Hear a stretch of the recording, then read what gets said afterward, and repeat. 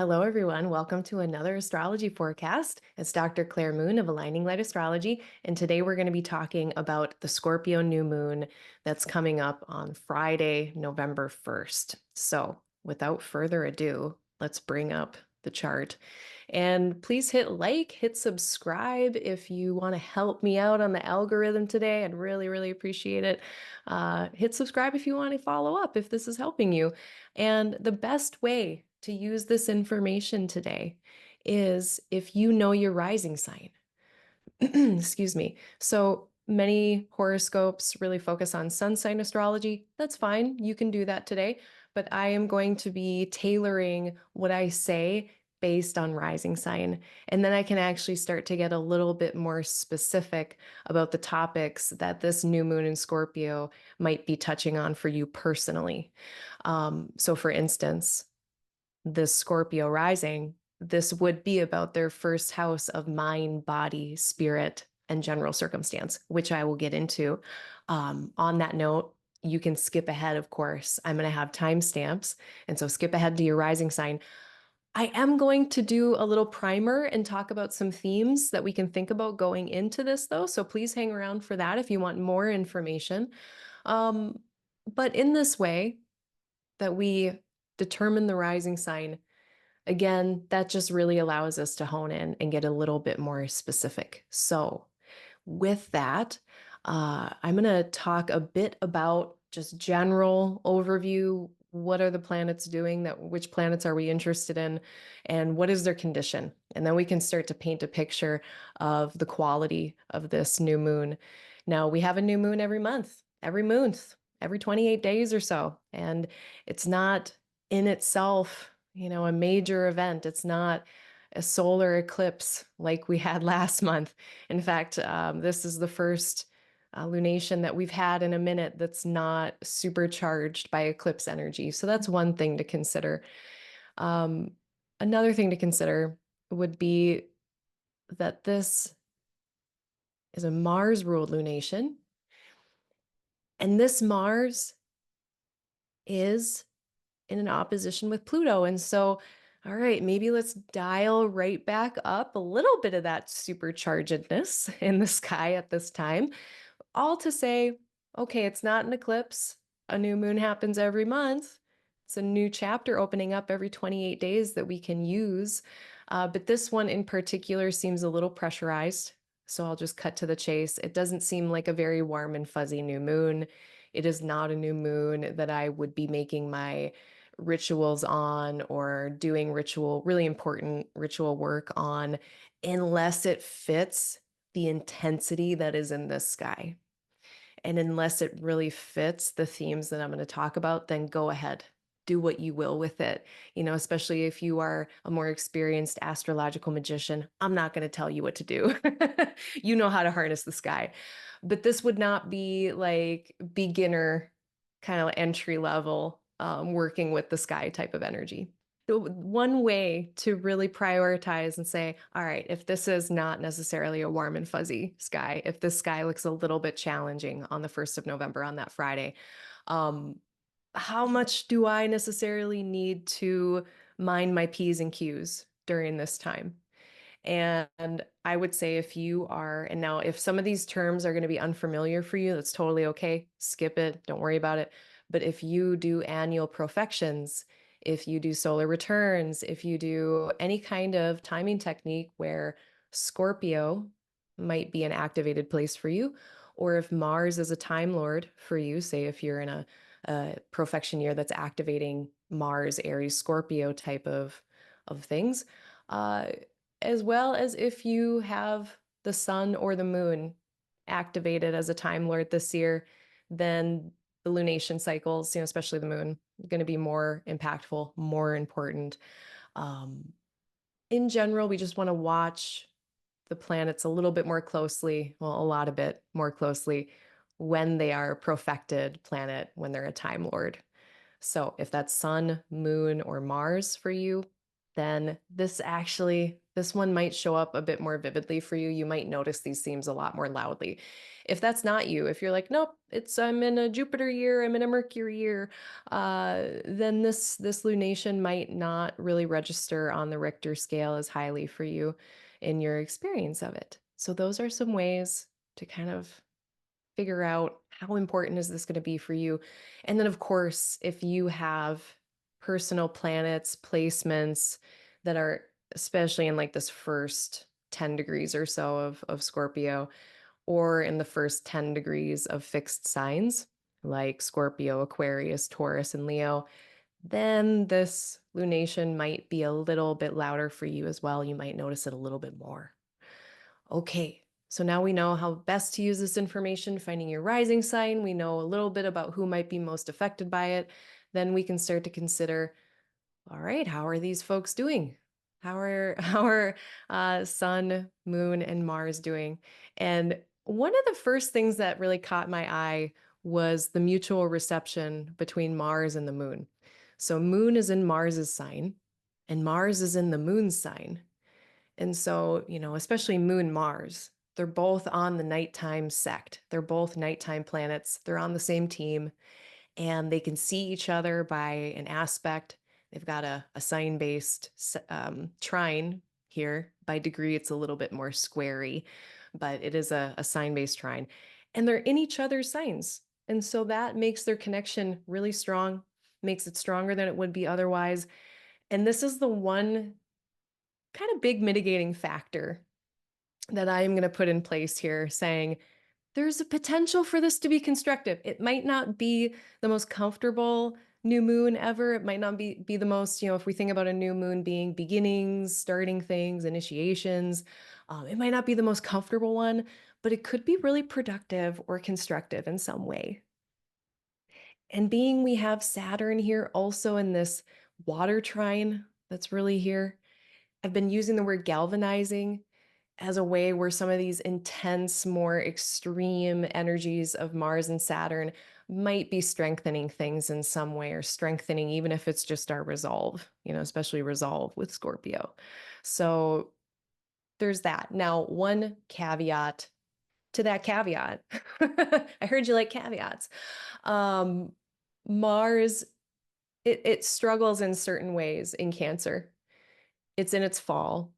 And so while Mars is strong in water, Mars is strong in a nighttime sign, their outcome can be a little bit less reliable in Cancer. And similarly, the moon, neither of these planets are being very well resourced by their rulers in general, but there's some level of cooperation with this mutual reception that I wouldn't normally put in there. So even though these are planets that are in their fall, in their depression, another word that was anciently used for that in like the Greco-Roman tradition of astrology was in their humiliation. If that gives you an idea of what those planets deal with, it's not that they can't function. It's not that Mars can't Mars, but there's this kind of lack of stability, lack of consistency, lack of reliability in a favorable outcome. Not like when we have, say, Mars in Capricorn or the moon in Taurus. Then we can be much more sure that we're going to have some kind of favorable outcome. So, caveat for my caveat, these planets are in fall. I still think that they can work together. Even if they're like two friends in foreign lands who are sending each other memes, it's like, I can't help. I don't have any resources, but I have a funny meme for you. Maybe there's something there. But yeah, it does, again, it's not the most comfy sky. So let me see what else I'm missing here. I know I have more notes. It's pressurized. So, okay, functionality aside, it is pressurized. Mars is moving into this opposition with Pluto, and Moon and Sun are feeling right into that. And even like leading up, I would say on the 31st of October, when the Moon is applying into this and really meeting these planets exactly by degree, by T-square, we might be feeling this a lot the night before too. So this is, I covered this more in my October forecast about the Halloween weather. If you are someone who celebrates that holiday, if you go out and party, meet with friends, I'm actually much more of a fan of like the 24th, 25th, 26th-ish, when the moon is more like in, what was that, like Leo, Virgo, a week before. The week before. The sky looks a little less intense and foreboding here. Now let's say for Halloween you want to do some kind of like intense emotional, like magical work, or do a seance, do like any kind of intensity there. Like, sure, it fits for that, but it's going to be a waning moon. Waning moons tend to be a little lower energy, a little quieter of a time. And so doing more quiet types of activities or more introspective types of activities really fits more of a balsamic waning moon. So yeah, uh, watch on the 31st as well. If things feel high pressure, maybe you're just having something open up, and maybe for some reason it's feeling pressurized. So look around you around this time. And this is where I'll get more into the details of like where in my life should I be looking in the actual rising sign horoscopes. But be watching like what is trying to open up as November opens up. What in my life in those areas is trying to begin or trying to open up? And what about that feels high pressure or stressful or tense? What about that has tension? And maybe it is just the nature of what you're doing. Maybe you are like an extreme athlete, or maybe you're meeting your new like family member or a mother-in-law or something like it's like a stressful situation. Um, that could be what this month is.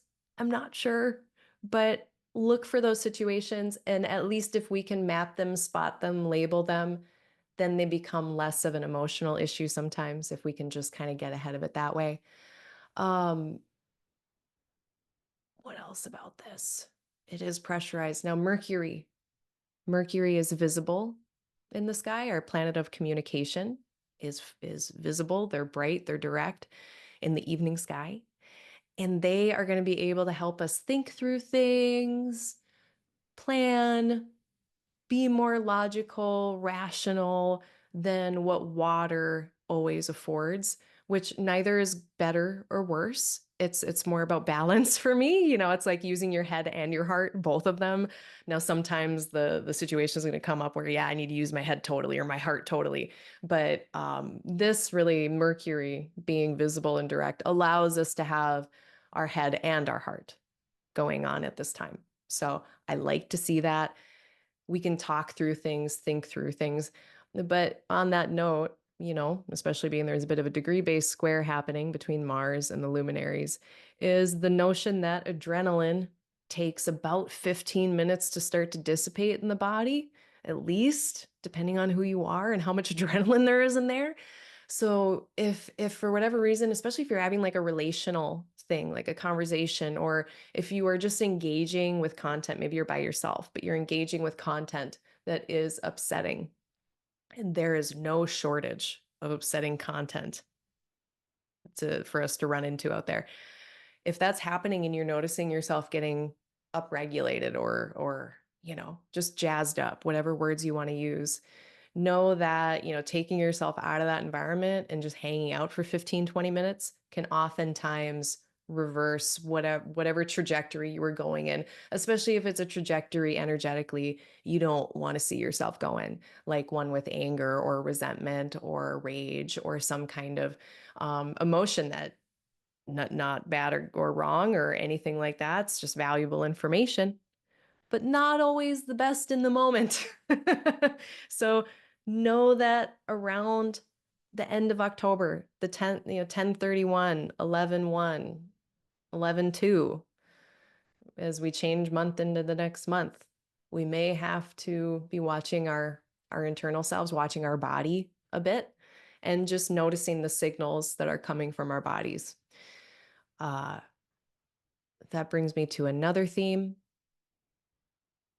So, been talking about tension, pressurized situations, anything that has intensity or tension, and just watching it, being with it, and maybe even taking yourself away from whatever is stressing you out in order to give the body time to catch up or to calm down. So that's kind of our first bucket of things. This ties in with the second bucket of things for this new moon, which is that, this is very Moon Mars, especially with the mutual reception, just tying them together even more strongly. So we're going to see like the house topics of Scorpio and Cancer come in really strongly together. I don't think it's just going to be Scorpio. I think also the Cancer house topics are going to come in here. And my second bucket of things is the topics of needs, of asserting the self, asserting for one's needs, self-governance, and some of the tension and fear that can go along when we try to, have needs met, assert for needs, communicate needs. And if there's any issues around safety, especially needs for safety, this might really touch on that.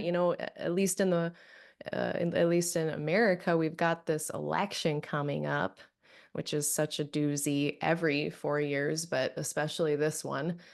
And, we might just be, at least where I am, emotions running kind of high.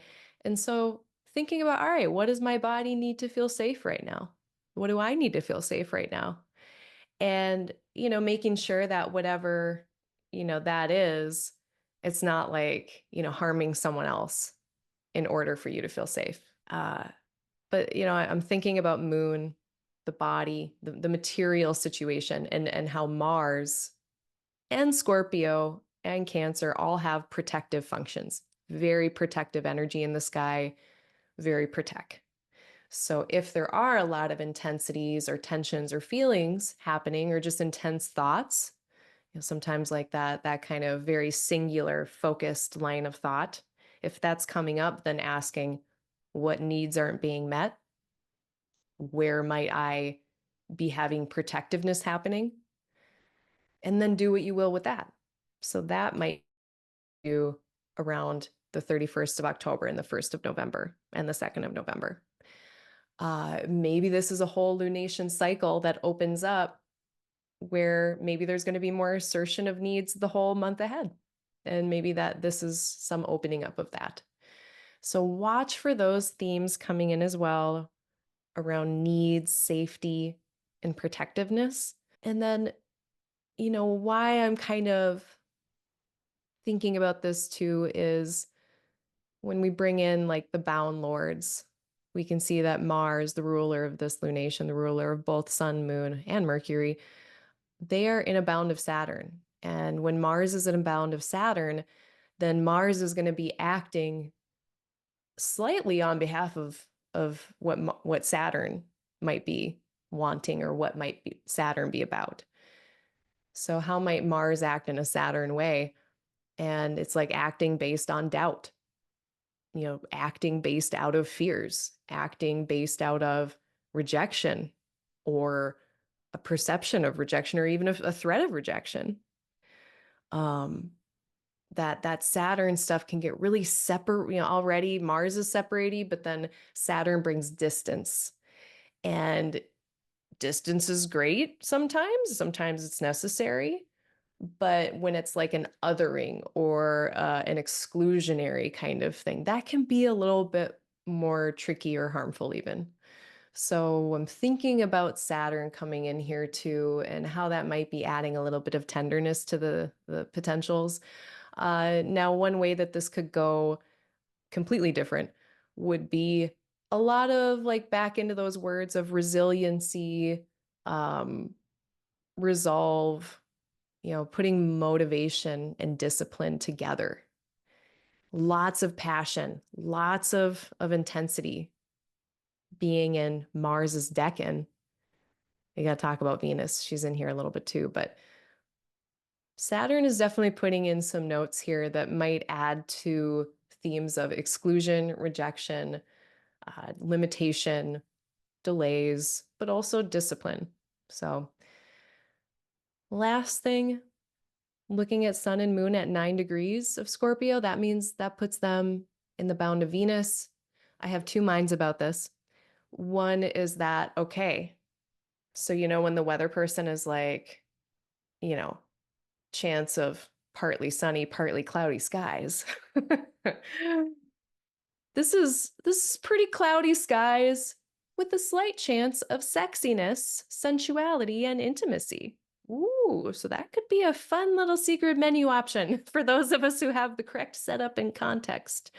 If you have this a good, safe, great setup and context for your romantic life, um, this lunation, it could be the opening up of a lunation cycle of a month that is really sexy and intimate and sensual. So please enjoy if you have enjoyables to do there.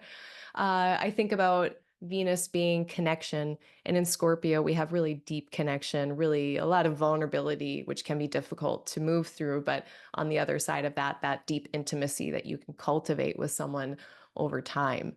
So, in those conversations of safety, of needs, really bringing in the other if need be, or if that is what's going on, it might be related with the other, with Venus coming in here and flavoring things a little bit.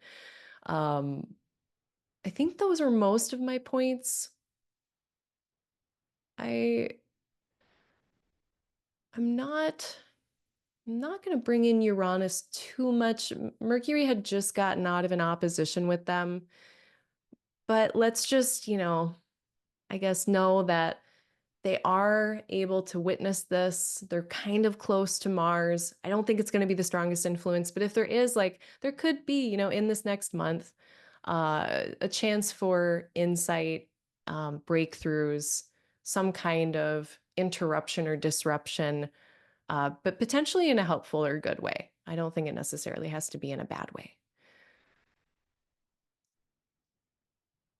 So how do we, I'm going to say it with this because it's like with water, so much can get squashed down, squish cat with their squasher downer, that meme. Um, how can we express ourselves over the coming month, especially around, maybe that first week of November, and do it in a way that is safe for us, safe for others, and even in a way that helps develop, maybe more of that closeness or familiarity that might be scary sometimes. So again, I think there are some potential constructive things with this new moon, but it doesn't look very comfortable at all. And there's a slight little chance here, I think also, if you got the right setup, for a very sensual, sexy, intimate kind of situation as well. It's a possibility. So before we get into rising sign horoscopes, I actually want to do a little meditation moment for those of you who find that helpful. You can skip ahead if you don't, or if being in the body is not where you want to be right now. But for those of you who would like to kind of bring things back down to earth after all of that very abstract talk, I'm going to do a really common meditation where we look at the gap in between your out breath and the next in breath. So it goes a little something like this, and I'm getting this from Roshi Joan Halifax's In a Moment, in a Breath card deck with little prompts. This one is a space card. Ooh. Coming home to wisdom, and it's called Rest in the Gap. So let your attention rest gently on an in-breath.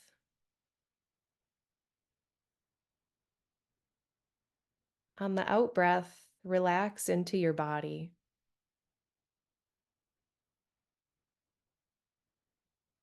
Breathing in, let your body, heart, and mind settle.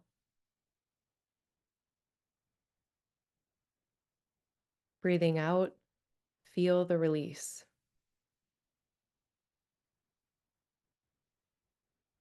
Before your next in-breath, rest in the gap at the end of the exhalation. The next in-breath arrives naturally.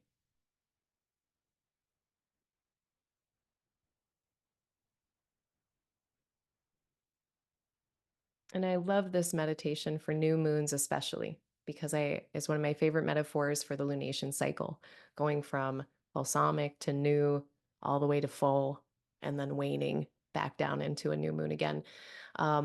It's like the waxing part of the cycle when the moon is growing in light. It's like we are growing in our breath and inhaling.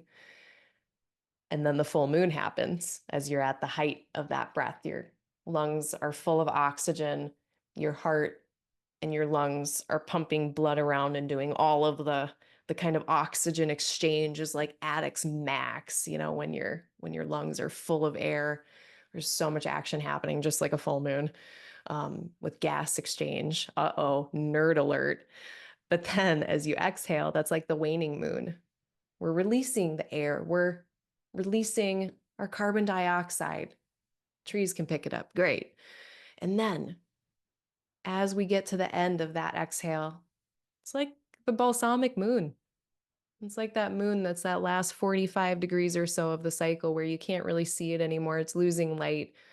And then there's just stillness, there's space, there's nothing, there's emptiness.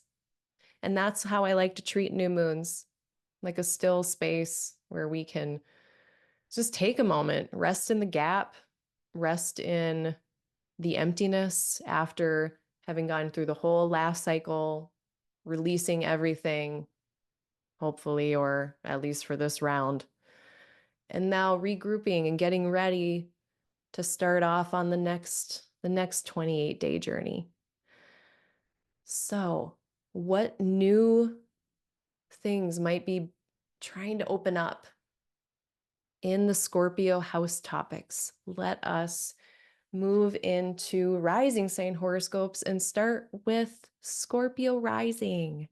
So if you have Scorpio Rising, this is happening in your first house of self, mind, body, spirit. So the intangible parts of yourself, the tangible physical body parts of yourself, your appearance, and also your general circumstances, which is kind of vague, but it tracks. So it can be just kind of in your general vicinity around you, things happening that are reflected by this new moon in Scorpio. So watch there. And then also, I'm very curious to see how anything that's beginning or starting over the next month, how that might be related to your ninth house of long distance travel, advanced or continuing education, beliefs, ideas, anything like that, publishing, mass communication. Are you potentially changing anything about how you are showing up in those roles yourself? If you are mass communicating things, if you are doing longer distance travel, are you beginning any new advanced education programs, certifications? This can also be a place of ideas, beliefs. Are there new things happening there? Are there things trying to open up there that might not have been there before in the place of ideas or beliefs? And this is also a place where we see some kinds of bureaucracy and having to navigate institutions. So like, if you think 2000 years ago, the ninth house, it was government, church, university, all the same building, a lot of times, a lot of overlap. So are you beginning to apply for a passport, apply for a permit, apply for a visa, anything like that? That would be pretty ninth housey, and this could see the start of that. Now, bringing those topics together with the first house, maybe it's an idea from a faraway place. Maybe it's just an idea or belief that is having a really big impact on a lot of your identity or a part of yourself. Maybe you're getting ideas from faraway places about your appearance. Maybe you get inspired and you get bangs. That could be what happens to your Scorpio rising. I'm not sure, but it might involve yourself. So letting new things open up here. I know you're used to that, Scorpio, all what with the transformation and the recycling. The modern astrologers are onto something with that. I do like that.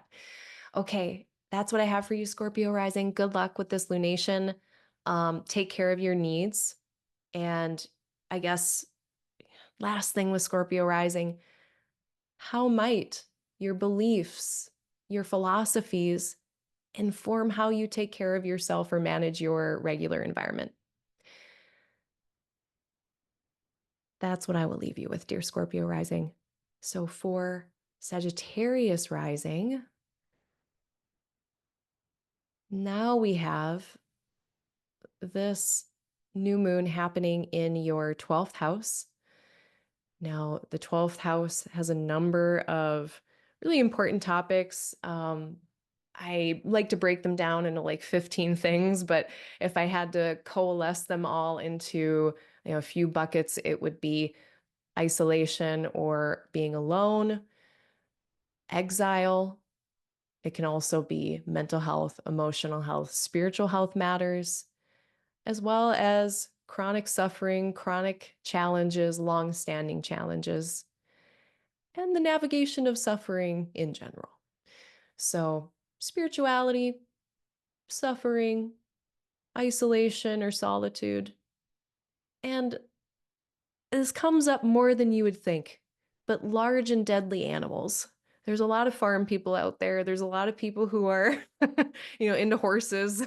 So if that's you, the 12th house also might have those more kind of mundane, boring types of things like, oh yeah, large animals. I see them every day. Um, I know many people in my life who do. So I like to bring that in as well. And the 12th house, just to be real, it can be those feelings of loneliness, disenfranchisement, actual disenfranchisement, oppression, loss of agency. I don't want to scare any Sagittarius risings, but we can think about those things like actually happening in real time, or it could be, let's say that's happened in the past, and this is a new chapter opening up in maybe some older stories, some things that have already been a challenge. So if there has been a loss of agency in the past, maybe this is an opening up of a new cycle in that journey to maybe regain agency in some way. If you are on any kind of mental health journeys, emotional health, or spiritual health journey, if you are working on practices to like maintain your mental, emotional, spiritual health, this could be an opening up, a new thing coming forth in those areas. So if you are starting a new set of anything to help take care or manage those things, that would really fit for this lunation if you wanted a project to start. um, Bringing in your 8th house. Now this brings in the resources of other people. And so, maybe in the ways that you're able to take care of your mental health, emotional health, spiritual health, maybe there's discussions with loved ones in your life about how they can assist you, even if that's like taking things off of your plate so that you can focus on 12th house work, inner work, if you will. Maybe other people are part of that process. So very often the 8th house can be therapists, because we're dealing with existential big questions, big fears, big challenges sometimes in the 8th. I'm gonna actually get rid of this complicated wheel for a second. So, because this will make it a little easier to see, if we imagine that you're standing in the middle here, and we've got the ascendant in the east relatively where the planets are rising, and the descendant in the west where planets are setting. Planets that are in the western sky, they are on their way down to set and to go on their underworld journey for the evening. And so this wasn't a small task. It was, they were done with a lot of their work for the day, but they were facing this land of mystery and, the underworld, really. And so for planets in the 8th house and even the 7th, to experience these questions of like, well, have I lived a life well? Have I lived a good life? And the anxiety that can come with the answers to those questions. Then we see 8th house become, mental health things sometimes, or seeking help from a therapist or working with a therapist on any number of 12th house matters.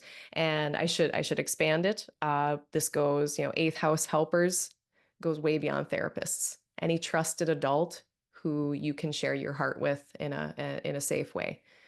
Don't be afraid, Sagittarius rising, to ask for that kind of help over the next month in November. Even if it feels scary, might be, so of course make sure it's a trusted person, but even if it's like walking through that fear of vulnerability, walking through that fear of intimacy, and then being able to cultivate intimacy because of that, that can be really, really beautiful. So that is definitely available here. And last topic I'll bring in with the eighth, shared resources. Maybe there's some behind the scenes work, hidden things happening, maybe not to you, but to the outside world. Maybe you and a partner are having conversations about how you're going to split up the bills. And yeah, that's a private matter that maybe you're not going to share with the neighbors. So it could be those conversations, just behind the scenes work having to do with shared resources, shared assets of some kind. And then I guess behind the scenes work also maybe with complex finances. This is making moves in silence toward your retirement, making moves in silence toward whatever kind of stocks, bonds trading that you might be doing, dear Sagittarius rising. And then finally, the eighth house does have to do with end of life topics, estate planning and management, and all of the taxes, debt, complex finances that kind of form a Venn diagram and overlap with end of life planning, estate management planning, stuff like that. So if there is anything opening up here with those topics, that would fit this really well. Doesn't have to mean there's anyone dying at all. In fact, I think when everyone's really healthy and getting along, that's when we talk about all of those tough topics. And this does fit that. This would very much fit that. So any discussions around inheritance opening up at this time, or just how we share resources with others and how that works emotionally with, even with family. Um, I think it could be a time of working through those things, opening up into November. Good luck, Sagittarius rising. Um, Sorry, Sagittarius rising. One more thing. The large and deadly animals, if, say, you're going to buy a horse and maybe you're going into debt, that would fit this very much as well. I do know they eat a lot. So this is like, all right, we're taking out a loan so that we can get a horse. Um, just throwing it out there.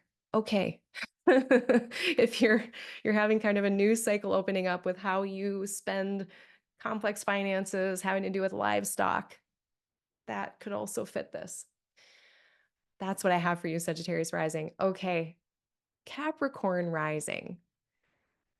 We have now this one's there's a little bit extra here because not only is this lunation, this new moon happening in your 11th house of groups and friends, it's also happening in a place that could have to do with your career if your midheaven is in the whole sign 11th house. So if you see an MC, medium coeli, in your 11th house, then we're bringing 10th house topics over: career, life path, your public life, um, any new chapters opening up or anything new kind of opening up, starting with your career, life path, public life, also groups and friends and networks that you're a part of. If there's anything new, anything opening up with the groups of people that you're involved with, that could be what this Scorpio new moon is about for you. And finally, your hopes, dreams, and aspirations. Maybe you're embarking on a new aspiration type of quest, new endeavor, whether that is making gains at the gym, whatever you're aspiring toward, that might be what this new moon is really speaking to.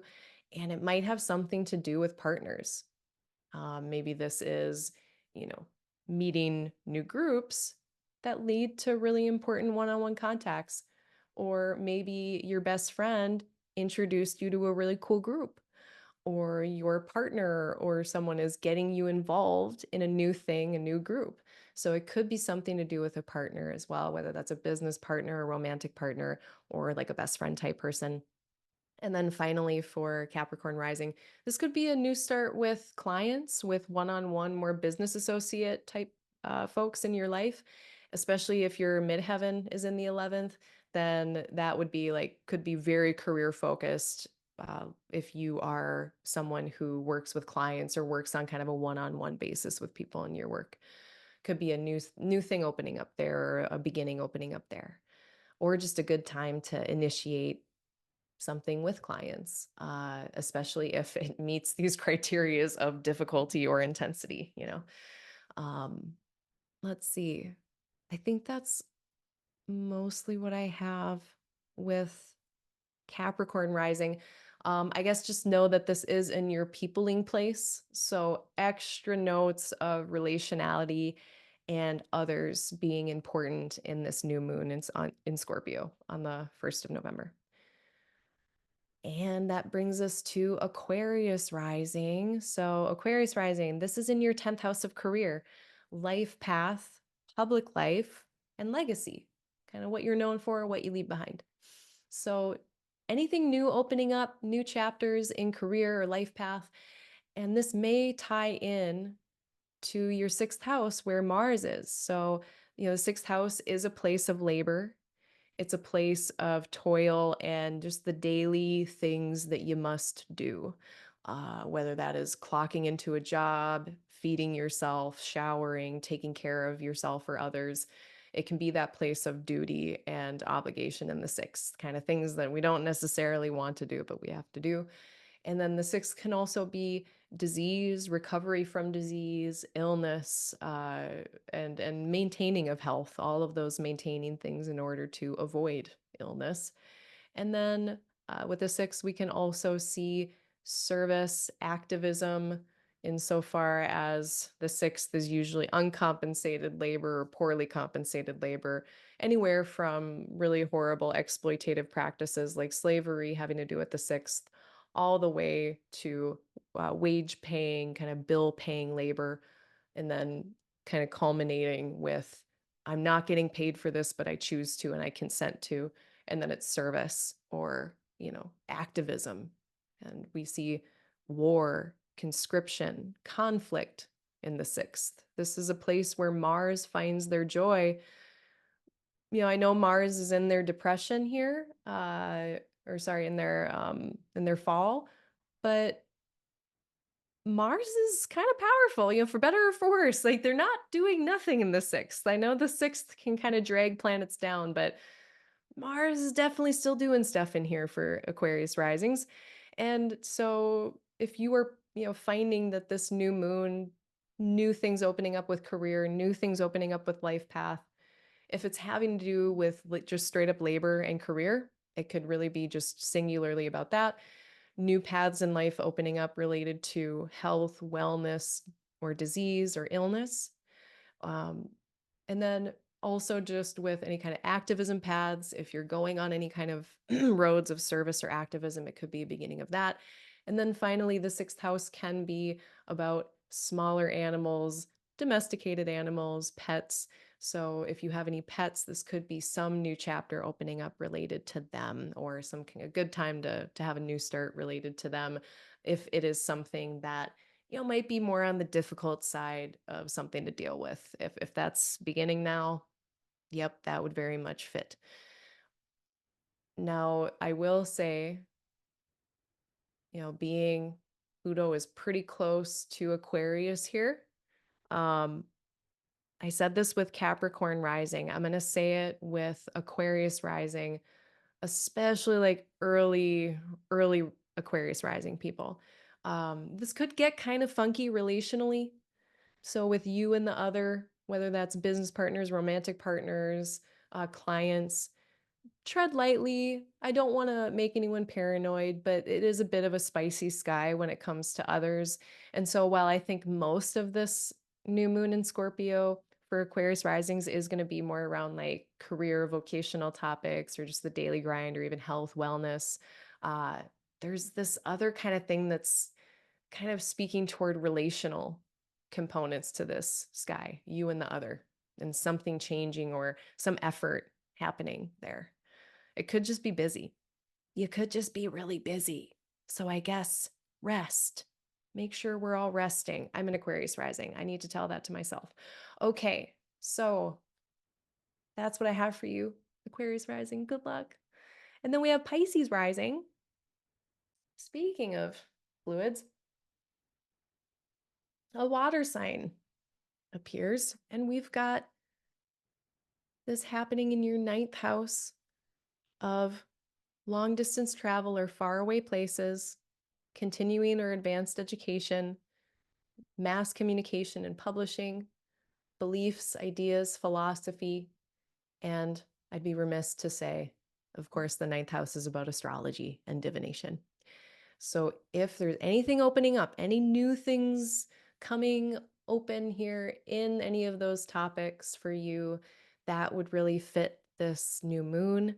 Um, any kind of bureaucratic or institutional processes where you have to navigate some political thing or apply for a certificate, a visa, anything like that, that would be pretty ninth housey as well if you were embarking on anything like that. And then this may have something to do with the fifth house of children, rest, pleasure, fun, sex, creativity, self expression, and just anything that fills your cup. That's the fifth house, anything that rejuvenates you. It can be restful, but it can also just be really enlivening, invigorating in a way that makes you feel alive. Yay, the fifth house when it's going well. So, what might this have to do then with the ninth house? And then, of course, if that wasn't enough, I also forgot to tell you, dear Pisces rising, if you have the midheaven, let's see if I can make it happen. I don't think I can make it happen, but if you have the MC in the whole sign ninth, the medium coeli in the whole sign ninth, that means that this new moon could also have to do with career, life path, or public life. So, any new things, anything opening up with life path, career, publishing, faraway places, institutions, belief, worldview. And does that have to do with maybe how you raise your children, how you date, um, how you have fun, how you play? Maybe you're applying for a passport so that you can start taking vacations for fun. Maybe your belief systems are, having an influence on how you raise your children. That's kind of true for most people, but this is a lunation that might really highlight, something new happening with the belief or the framework of how you might see the world, and then how that translates to children, sex, even self-expression. If you are a creative person, if you are someone who publishes your creative work, if you are anyone who does any kind of self-expression and then shares it widely, that can be in so many ways with how the internet is today. This could be something new opening up there for you. So it could be really creative and juicy, but if it feels scary, if it feels vulnerable, if you're like, yeah, I don't know if I feel safe sharing my expression or my art, or maybe people won't understand that I need to raise my kids this way. Whatever kind of uncomfortable things that might be happening under these skies, I do think that there could be some potentially really, fruitful potentials. Like, say, if you're beginning a new project that's really creative and maybe it's about a difficult topic, a lot of art can be really reflective of challenges that we're having as a society at any given time. That would really fit this. So, um, look for ninth house topics, look for fifth house topics, dear Pisces rising. And I guess, is there any other caveats I need to think about? Anything I need to? I think that's pretty much it. I guess if you are, in an unfamiliar place, let's say ninth house, unfamiliar place, and you're going on a date, exercise caution. This isn't the best dating weather. So really, I mean, I don't want to make any Pisces risings paranoid. I don't want to tell people how they're going to feel. I also don't want to tell people like, ooh, the boogeyman's going to be jumping out or whatever. I don't want to instill that. But Mars opposite Pluto can be not kind forces, can be very difficult, just very intense energies that can sometimes come out violently. And so this is where it's just like if you're going on a date, at the end of October, this goes for all of us actually. I should have put this in the beginning. This is for everyone. It's like tell your friends where you're going. Tell everyone where you're going. If I'm going to go hiking out in a weird place, I'm going to tell people where I'm going, you know? That's what this weather looks like. Okay. Now that I've made all the Pisces risings super confident moving into this lunation cycle, good luck. And let's move on to Aries rising. So Aries, this is going to be in your 8th house of other people's resources, other people's money, how you collaborate and share with others, um, end of life, planning for end of life, debt, taxes, complicated financial things. All of that lives here. Uh, this could be a new thing opening up, a start of something having to do with complex finances. Maybe you're gonna start trading on the stock market for the first time, and it's nerve-wracking. I can understand that. Maybe this is a new start with your retirement portfolio, or having, really kind of maybe difficult conversations, or just tender, vulnerable conversations with family about estate management and planning. That would fit this very, very well. Um, if there were just any kind of important conversations to have around sharing of resources with family, sharing of resources with parents or roommates, this would be weather where that could happen. We've got topics coming in of family, dwelling, land, who lives with you in your home. Sometimes I put roommates in the third, but I think it's also kind of anyone in your home with you, like they're in your 4th house with you. So, ancestry, things that we inherit from ancestors, whether that's money, uh, problematic epigenetics, intergenerational trauma, all of that. Maybe there's new chapters opening up with those topics, and that can actually be sometimes really productive if, say, you're working with themes of intergenerational trauma, or working through, those conversations about end of life planning. This could be a really fruitful time in November. This could be new chapters opening up with how you share with others. Maybe you're deciding, okay, these are my needs, these are my boundaries, and this is how I can show up for other people, and this is how I want other people to show up for me.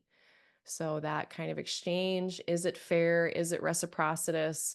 Is it sustainable? And are we having the conversations we don't want to have, that are kind of vulnerable, but in order to have a really clear sense and honesty about how things are being exchanged? That could be the vibe. That's a very specific vibe, but that could be some themes coming in with this new moon for Aries rising. Let me check my notes and see if I missed anything for them. No, that's pretty much it. All right, thank you. Good luck, Aries. And how about Taurus? So for Taurus risings, now this is going to be a new moon in your 7th house of partners. And that could be romantic partners, business partners, best friends. It could be one-on-one clients that you have in your life. So any new things opening up, notice if anything's trying to open up or start when it comes to clients or partners. Maybe your partner, maybe your business partner, maybe they're starting something new. Maybe they're beginning a thing, and it doesn't have anything to do with you. Sometimes that happens with the 7th. They kind of steal your transit. And then we've also got we got Mars in your 3rd house of familiar places, familiar spaces, people, any neighbors, neighborhoods, communities, anyone you see regularly enough that you would consider them familiar. The 3rd house is also communication. So new things opening up with how you communicate with partners, maybe the places that you frequent with your partners, something new opening up that has to do with partners, but maybe also with community or your local spaces or how you communicate. It is also siblings, extended relatives. Maybe there's new things starting, things opening up with your relationships with 3rd house people.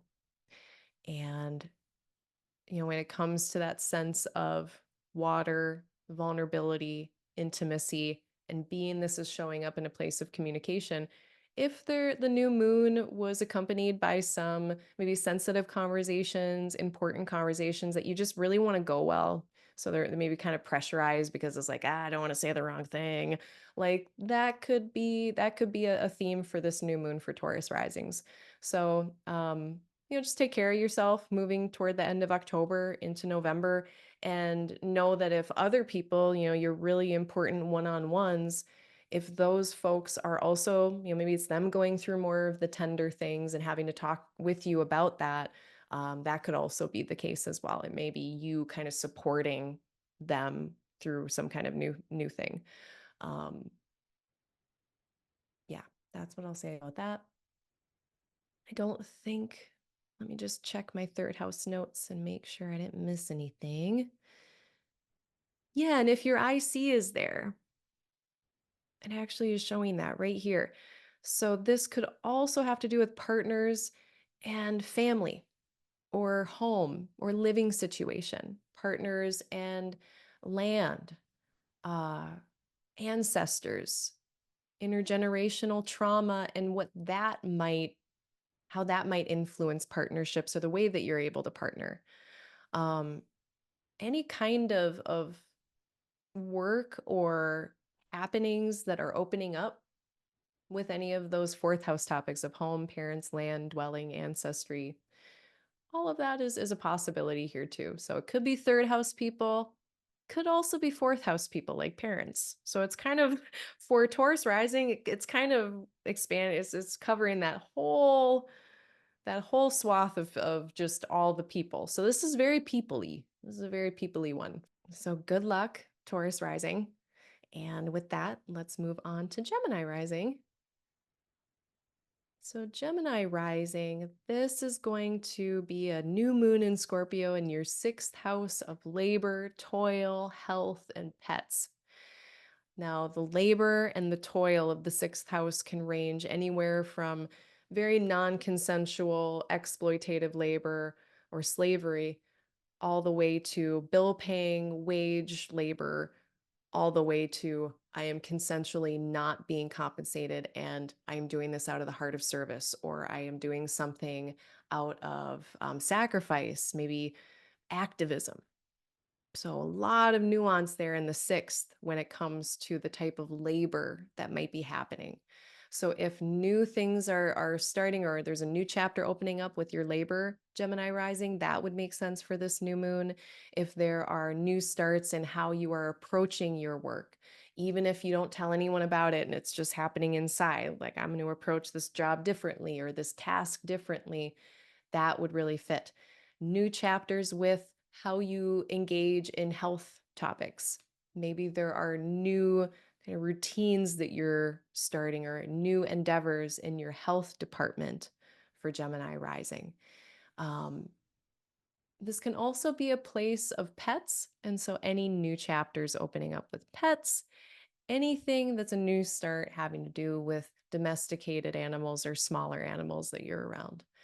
And if you are into activism, if you're doing work of activism, this could be any kind of new chapter with activism work that you're doing, whether that's your own internal work in that sphere and or external work in activism. And this is really relating to something in the second house of resources, money. So if there are new chapters with labor, perhaps it has to do with or has some influence with money, or is being influenced by money. Maybe concerns about resourcing and having your basic set of resources being met, your needs being met. That might be the impetus for what this new chapter is in the sixth house for Gemini rising. Um, if there are new chapters opening up with health or pets, perhaps it is related to the spending that is involved with those things, or the investment. Let's call it that, because it's really much more of an investment into the health usually. Um, if there is some pressure, coming from whether it's taxes, debt, any kind of shared or exchange situation with others, that could be part of this. So when it comes to your daily life, when it comes to pets, when it comes to your health, don't be afraid to ask for help. It might be really difficult to do that. It might be very vulnerable or scary to have to ask for help. And it might feel just very uncomfortable. But I will say, at least Venus is in your seventh, Jupiter's in your first. It's like that place of self and other. That is where the help is right now for Gemini rising. So definitely don't be afraid to ask for help. And maybe that can play into the fairness and reciprocity in your relationships. If you are the one that is always helping, maybe it is time for you to ask for help as well. Um, okay, good luck, Gemini. I don't think I'm missing anything. Yeah, I think that's it. So good luck. And let's move on to Cancer rising, where this is going to be a new moon in Scorpio in your fifth house of children, rest, rejuvenation, pleasure, creativity, self expression. Did I say children? Did I say romance? Now I did. Okay, those are all of our fifth house things. And so sometimes it's rest, sometimes it's just whatever fills your cup. So that can be a broad range of things. Watch for anything that's opening up or any new starts happening in those areas of life. So, and this with your, if you do have children, this could be the children that are having new things happen with them. So maybe they are embarking on something new for them. Maybe they're just starting how to learn how to ride a bike. Maybe they're just learning how to communicate their needs for the first time or something. But any kind of new chapter opening up with children as well. And it has to do something with you, dear Cancer rising. Something about this new start with children, romance, fun, might have to do with you, maybe with your identity, maybe with your even your body or your physical health. It could have to do with your appearance. So it could be a new opening of self-expression that is related to getting a new wardrobe or getting a new haircut or doing something different with your appearance. Maybe embarking on something new related to rest and rejuvenation in order to support your health, in order to support yourself. Maybe dating or doing romance in a new way that supports something about your identity or your health. Um, all of those things, new chapters opening up, and they might be, kind of tense or vulnerable or intimate. And that might be the case. So if you find that there's some intensity with some of these new beginnings, that could be here, and just do what you can with it to take care of yourself and know that, sometimes those new starts, even if it's a little kind of, if there's some doubt or some concern, as long as there's safety is being met, and we are able to be honest and open about needs, then a lot of this Mars, Cancer, Moon, Scorpio stuff, I think, can actually be really constructive and fruitful. So good luck, Cancer rising. I guess, I should say too, in the event that you have your IC, your Imam Coeli, floating over into the whole sign fifth house, that means that some of these new chapters opening up that have to do with yourself, your identity, your health, might also have to do with parents, your home, your dwelling where you live, land, ancestry, or even intergenerational trauma, anything like intergenerational themes, I should say, anything like that that is related to the self, the identity, the health. It could just be a new chapter opening up with any of those things. Let's say you rearrange the furniture because you keep stubbing your toe. What a beautiful new start. Good luck, Cancer rising. That was the last thing. Okay, and then we can move on to Leo rising. And we've got this Scorpio new moon happening in your fourth house of home, parents, dwelling, where you live, the land, uh, ancestors, and intergenerational themes, and your private life. I should have been saying that with some other ones. Oh well. And your private life it could be any aspect of your private life. If there's anything new coming here, anything opening up in the fourth house during this new moon, that would fit. If there's new chapters opening up with parent relationships, whether it's with your parents or just your way of parenting, that could be involved. And it could also mean if you are having any kind of change in your living situation, buying, selling homes, this could be indicative of some kind of new chapter or start with those processes as well.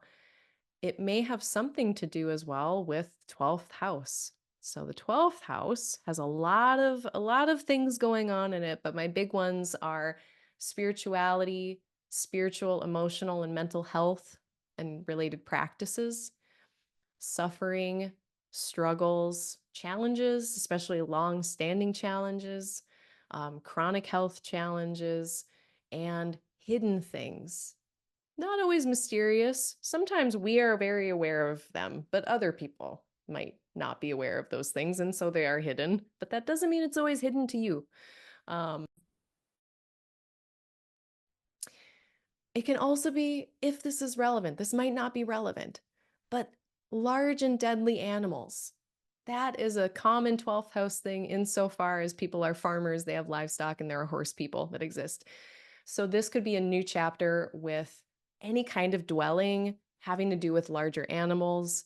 This could be the beginning of anything to do with your land or living situation and the larger animals that you might be engaged with. This also, I mean, if this is more about spirituality, emotional health, mental health, spiritual health, this could be a new chapter opening up saying, hey, here's a new start in your private life where you take care of your emotional, mental, and spiritual health. So maybe you're beginning a new regimen in order to manage that internal world a little bit, which is great. Good luck with that if that's what you're doing. That's fantastic. I usually recommend it for everyone. Uh, and then we also could have hidden things, mysterious things. I mean, again, sometimes you know about it, sometimes you don't. And it's other people that don't know about it when you do. If there are themes of secrets, any kind of new thing opening up in regards to secrets or things that you aren't open about, that might be a theme here as well, more of a subtle one, but it is one that could come up. I think I'll leave it at that. Thank you so much, Leo Rising, and good luck. So for Virgo Rising, this is another one of those where potentially we've got third house topics, but also fourth house topics involved. And so the third house of familiar people, places, things, third house of communication, learning new things, as well as parents, land, dwelling, your private life, ancestry, intergenerational themes. That was a lot. That was like 20 things. So that doesn't really, it narrows it down from like 200 things, but that's still a lot of possibilities. To summarize, I mean, it's a lot of like the home family people, people around you. So if there's new chapters opening up in regards to you and the people close to you in your life, that could be something. If there's new chapters opening up in regards to neighbors, in regards to siblings, that could be what this is about. New things happening or things opening up with communication, communicating differently, or learning new things. So along with that, bringing in more people, more groups. So this is a very relational, there's a big potential for relational themes to come in or for other people to be involved with this one. Again, it doesn't have to be like that, but we are getting into some of these peopling places of the 3rd, the 11th, throw in your parents or their parents as well. And the 11th, any new chapters with groups, networks of people, or some kind of aspiration, something that you're working toward. Maybe this is a new chapter opening up in simply just learning a new topic that you're really excited about. And then finally, 3rd house, 11th house, friends, familiar people, groups, all kind of intertwining, not familiar, like kind of more acquaintancy people. So I can imagine this new moon being some kind of beginning where, okay, let's say it starts with you're in a really nebulous group. You're not as familiar with them. maybe it's the beginning of something where they become familiar eventually. So could be an exciting new start with groups. As long as it's not too pressurized, you're not feeling like you have to express yourself in any certain way, as long as you feel safe and free to express yourself and find rest and rejuvenation in whatever you're doing. I think that that'll be a good way to guide things, because I don't want this Pluto and Mars to cause any kind of pressure with self-expression and group expression that might be unwarranted or unnecessary. So with that, good luck, Virgo rising. And let's move it then to Libra rising. Now, the second house is more than money, but it is money. It is also anything that's a resource, anything that supports you. It can be a skill, a talent. It can be the way that you make income. It could be your needs. And I had already been mentioning how themes of needs and asserting for your needs could come into play here. And especially for Libra rising, this happening in your second house of your everything that resources you, this could be a new chapter opening up with that, some kind of new start with how you get needs met, how you make income, how you make money. Now, let's say nothing in your job life changes, nothing in your money life changes, more internally, more subtly. This could be a new start in how you approach those topics of money or resourcing from emotions or from that internal standpoint. So, additionally, Mars is in the 10th house of career and life path, public life. So, this really may have a vocational, career flavored uh, theme to it for Libra rising. This could be any kind of new start related to work, career as well. If your public life has to do with it, this could be some kind of new chapter opening up. And maybe you're going to be in front of people more now. Maybe you'll be presenting more at work or being in more of a public role, even if it's just slightly more public. It doesn't have to be like, you're the face of the company or anything. But if you find yourself in front of people more, in public more, that could be another byproduct of a new chapter having your 10th house involved. And that's it. So, with that, that's all 12 signs. Thank you so much, everyone. If you have any questions, of course, you can put them below. If you have any comments, if you want to share what this has been for you, what you think this is going to be, if it hasn't happened yet, if you're listening to this beforehand, yeah, please comment below. Share your situations, share your stories. I personally, this one for me is going to be a new chapter in my career and my life path. It's going to be a new chapter for me that does relate to my sixth house of labor and all of the toil that I do regularly. And it is going to be like a rebranding. I'm going to be working on a rebranding, and I think I'm going to get started right when this new moon is pretty much happening. So I'm not necessarily like thinking that, even though it's a kind of a uncomfortable, not warm and fuzzy new moon, I don't think it's going to be like bad for a lot of us, especially people who don't have the moon, the sun, or Mars profected in any kind of way or activated in any kind of way. This one probably won't be large for you for the year. But if you are one of those people, you're noticing new things opening up, that's what you want to keep your eyes on and watch over the next 4 weeks, just to see if it's matching, see if it unfolds with the full moon, see if it continues to unfold as we go into our next new moon. That would be a good way to go about like using this information and taking it forward and continuing to watch and observe, because that's what we need to do as astrologers. Always be watching, always be observing, and seeing how things are matching up above and below, below and above. Thank you so much for your time. Good luck, everyone, with the Scorpio new moon, and please report what happens below.